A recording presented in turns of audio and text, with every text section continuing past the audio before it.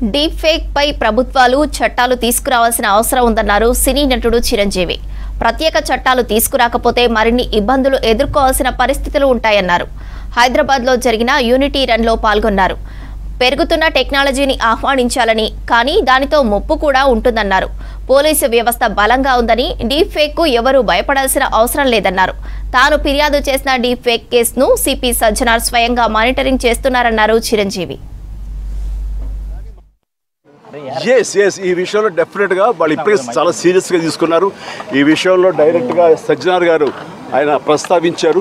Is very serious and definitely ఇది ఒక పెద్ద గొడ్డలి పెట్టు మనకి. దాని మీద పూర్తిగా స్పందించి అన్ని రకాలుగా ఒక చట్టం తీసుకొచ్చే దిశగా పోలీస్ వ్యవస్థ, శ్రీ శివధార్ గారు వీళ్ళందరూ కూడా ప్రయత్నం చేస్తున్నారు. అండ్ డెఫినెట్లీ వాళ్ళ యొక్క అనుకున్నది నెరవేరుతుంది. అండ్ సామాన్యులకి డెఫినెట్లీ ఇలాంటి అవాంతరం నుంచి వాళ్ళకి రక్షణ లభిస్తుంది. మంచి వస్తున్నప్పుడు అండి, మంచి జరుగుతున్నప్పుడు మంచితో పాటు చెడు కూడా కొట్టు వస్తుంది.